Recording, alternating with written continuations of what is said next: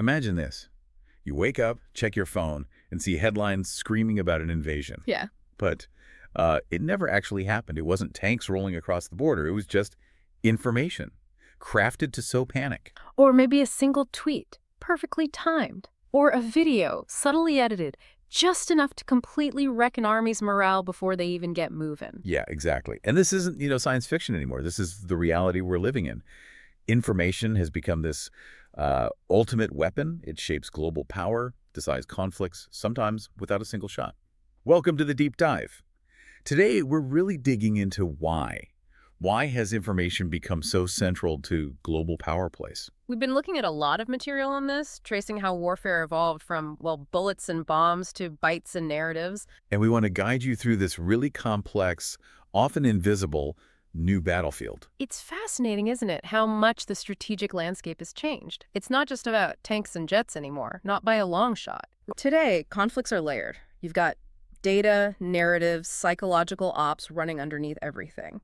So we're going to unpack how this shift towards what people call information dominance is really redefining national security, especially for a rising power like India. And what lessons can be learned, perhaps from, well, surprising places, like China, for instance. Precisely. China's approach is particularly instructive.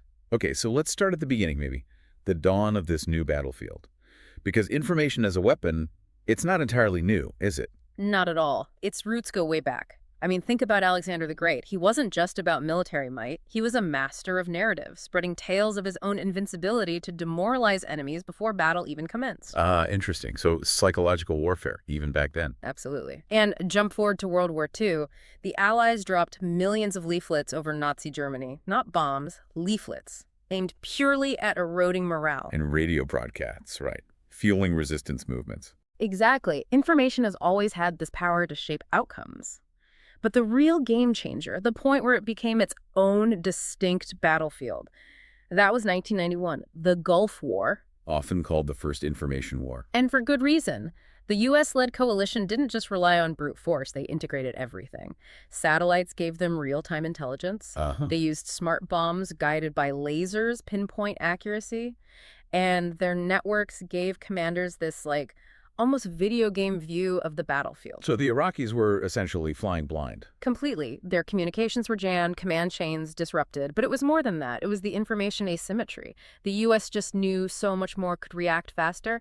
The Iraqis couldn't even really comprehend what was happening in time. And then there were the embedded journalists. That was new too, wasn't it? Beaming live footage back home? That was huge. It turned the conflict into a televised spectacle almost in real time. Which must have boosted public support back in the U.S. Definitely. But it was also psychological, showcasing that overwhelming tech superiority, that seamless operation. It intimidated adversaries. It sent a message globally. This is the new face of war. And someone was watching very, very closely. Oh, absolutely. China, in particular, their military, the PLA, was modernizing, but they knew they lagged behind. The Gulf War was a wake-up call. It showed them hardware wasn't enough. You needed this system of systems. A system where information was the glue. Exactly, tying everything together. Intelligence, command, strikes, logistics, all networked for speed and coordination. By 1993, they'd actually formalized this. Really? A doctrine? Yeah, warfare under informationized conditions. It wasn't just about having tech, it was about building an integrated, networked force where information flows seamlessly. It was a fundamental shift in their military thinking, upgrading from a flip phone to the latest smartphone, strategically speaking. Okay, so they saw the potential. But how did they take that observation and turn it into something truly, actionable? What was the next big step for them? Right, observing is one thing, operationalizing is another, and that's where China made a significant leap. Fast forward about a decade to 2003. That's when they unveiled their, let's call it, crown jewel for non-kinetic dominance. The three warfare. Three warfares. Okay, sounds serious. Not about missiles, you said. No, not directly. It's about winning minds, shaping the story, and bending the rules. Think of it like a recipe for strategic influence. A recipe, I like that. Yeah. So what's the first ingredient? First up is media warfare. And this is more than just spin. It's about controlling the entire narrative landscape. China uses its state-run media, Xinhua, CGTN, outlets like that, to just flood the zone with their version of events. So pushing their own story out Constantly. Constantly. During disputes, they amplify their successes, downplay setbacks. It's not just for domestic consumption. It's about shaping global opinion, setting the terms of the debate before anyone else can. Like being the director of a movie, deciding exactly what the audience sees. That's a great analogy. They control the lens. It's like social media influence, but on a massive state-sponsored scale. A viral post, a consistent narrative, can make a claim seem legitimate, even if it's shaky. Okay, control the story. Got it. What's ingredient number 2? That would be psychological warfare. This is where they aim to mess with the opponent's head. How so? It's about eroding their confidence, their will to fight, sowing doubt within the ranks, making soldiers question their leaders, spreading fear. How do they actually do that? Through things like disinformation campaigns, anonymous leaks designed to undermine trust, cyber operations planting fake intelligence to confuse decision makers. It's like a prank call that escalates into genuine paranoia. Simple, maybe, but potentially devastating. And on the flip side, they use it to boost their own side's morale, tales of heroism, national unity, that sort of thing. Break down the enemy's belief, build up your own. Makes sense. And the third one, legal warfare. That sounds different. It is. Legal warfare, or lawfare, is incredibly subtle. This is where China crafts legal arguments, often using international law selectively to justify its actions. To make aggression look legal. Essentially, yes. Or at least to create ambiguity and contestation. Think about the South China Sea. Their claims of historical rights. Right, based on ancient maps and interpretations of UN conventions. Exactly. They don't just state these claims. They file lawsuits. They lobby hard at the UN. They actively work to delegitimize any opposing legal positions. It's like trying to stack the jury in a courtroom drama before the trial even starts. Create the legal pretext before you act. Precisely. And these three media, psychological, legal, they aren't separate tactics. They're woven together. It's a holistic strategy. And we've seen this play out, haven't we? The South China Sea is a prime example. Building islands, militarizing them. While simultaneously pushing the historical rights narrative legally, portraying themselves as victims of Western bullying psychologically, and broadcasting PLA drills via state media. It covers all the bases, deterring challenges without necessarily firing a shot. And closer to home for India, remember the Doklam standoff in 2017, that 73-day face-off? Yeah, near Bhutan? China's information control was masterful there. Initially, a media blackout. Then, selective leaks portraying their supposed restraint. And critically, no viral videos of ugly clashes leaked from their side. Unlike India, which had a more open media environment, this allowed China to manage perceptions, save face domestically, and pressure India, all without things escalating completely out of control. Then Galwan Valley in 2020, that horrific clash with clubs and stones. Again, China's initial silence was striking. They only admitted their casualties months later, and even then it was a carefully controlled release, packaged with stories of heroism. Meanwhile, the Indian media was buzzing with reports, some unverified. Which, you could argue, inadvertently played into China's hands by amplifying confusion. It just highlights that disciplined, centralized narrative control, it's a real strategic edge. Okay, so China has clearly developed this sophisticated playbook. But they aren't the only ones playing this game, especially in India's neighborhood, right? Absolutely not. Pakistan, India's long-standing rival, has its own powerful tool. The Inter-Services Public Relations, or ISPR, it's been around since 1949. ISPR. That's more than just a military press office, isn't it? Oh, much more. It's a narrative powerhouse. Yeah. They blend military updates with films, music, social media campaigns. It's very sophisticated. And for decades, they've very effectively pushed narratives portraying Pakistan as, say, a victim of Indian aggression, particularly focusing on Kashmir and getting that message into global forums. So they've been honing these skills for a long time. Let's think about a potential flashpoint. Imagine a scenario, say, in 2025. Let's call it Operation Sindoor. Okay. It kicks off with a major terrorist attack in Pahalgam, Kashmir. Civilians, soldiers killed. India feels compelled to respond decisively. So perhaps targeted airstrikes deep inside Pakistan, crossing the international border, which hasn't happened in a major way since '71. Exactly. A significant escalation. How does Pakistan likely react in the information space, based on their playbook? Well, following the ISPR model, they'd likely retaliate militarily, perhaps with their own strikes. But crucially, they'd launch a massive media offensive.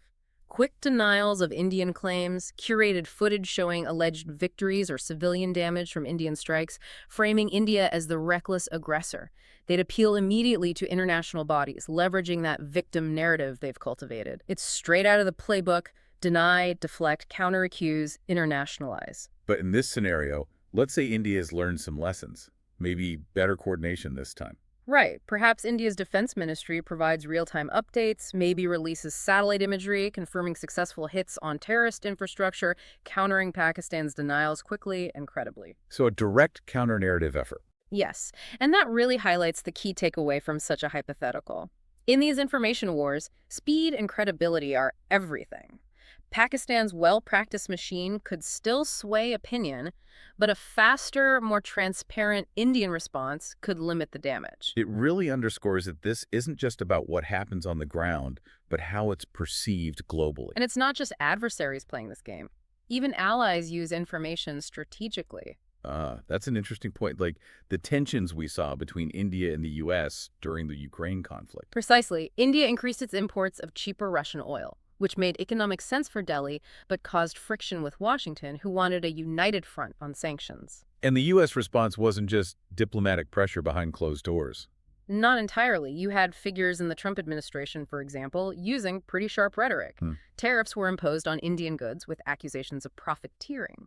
Advisors used strong language, sometimes framing India's actions, like the oil purchases, in ways that implied they were undermining efforts against Russia, almost like calling it Modi's war. Wow, that's direct. And remember comments mocking the rupee's potential as a reserve currency, or even claims about India's economy being dead.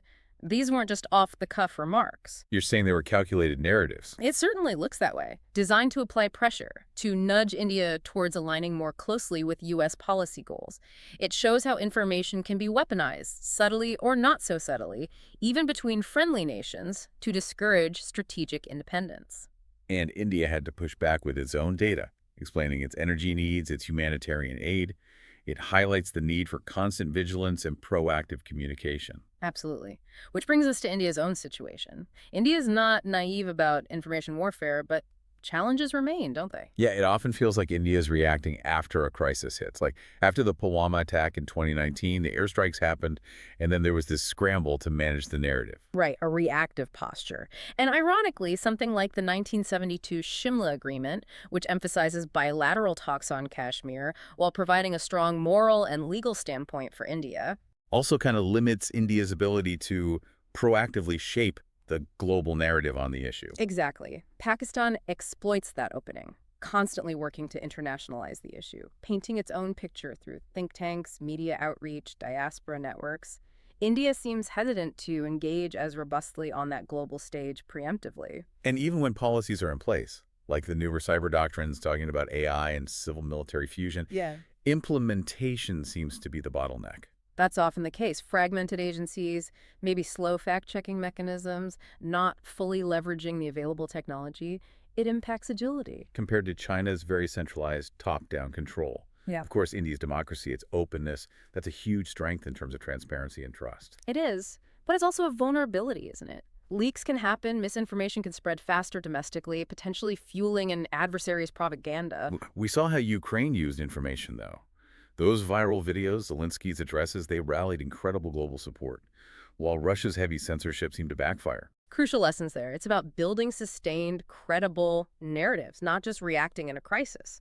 So how does India move forward? How does it build this deterrence by information? Well, first, it seems like it needs to be embedded right into the core national security thinking. A formal doctrine, maybe, making information a central pillar, like China did with informationized warfare. Yes, elevating it beyond just PR or cyber defense. And then organizationally, a dedicated command structure seems essential. Something that coordinates across the military, diplomats, intelligence agencies, maybe even media liaisons. Exactly. An information warfare command, or something similar, ensuring everyone's pulling in the same direction, with speed and coherence. What about globally?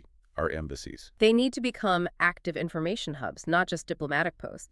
staffed with comms experts, using AI to track disinformation in real time, capable of rapid response. Imagine embassies in, say, West Asia actively using cultural diplomacy, Bollywood, tech expos to counter hostile narratives and build positive connections. Yeah, makes sense. And it can't just be the government, right? No, it has to be a whole-of-nation strategy. Bring in academia for research on influence ops, work with media on ethical, proactive reporting standards, engage the Indian diaspora. They can be powerful amplifiers globally. Imagine Indian influencers debunking myths online in real time, or universities publishing clear, factual reports on border issues. That's the kind of ecosystem you need. And underpinning it all, leverage tech. Aggressively. AI for spotting deepfakes and fake news. Big data for understanding public sentiment. Maybe even blockchain for verifiable intelligence sharing. During a crisis, think about citizen reporting apps like Ukraine used to gather ground truth quickly. And training. This needs to be part of military exercises, doesn't it? Teaching narrative skills alongside combat skills. Absolutely. Treat information as a weapon system that needs to be practiced. And finally, perhaps most importantly, preemption. Get ahead of the story. Exactly. Don't just wait to react. Proactively promote India's narrative globally, its democracy, innovation, commitment to peace. Make aggression against India seem unacceptable before it even happens.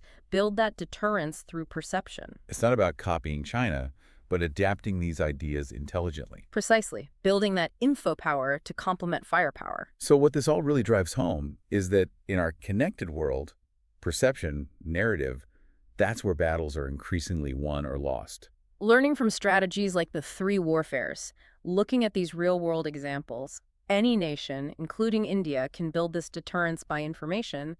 It's about smart adaptation. And this isn't just abstract geopolitics for policymakers. This affects everyone, right? It shapes the news you see, the stories you believe. It shapes the very stability of the world we live in. The stakes, sovereignty, economic well-being, our collective future, they're incredibly high. So as we wrap up this deep dive, here's something to think about. If information truly is the ultimate weapon now, then maybe understanding how it flows, how it's manipulated, and the power it holds. Maybe that's the most critical skill any of us can have as citizens in the 21st century. What narratives are you consuming? What are you amplifying, maybe without even realizing it? How do your own information habits fit into this new complex battlefield?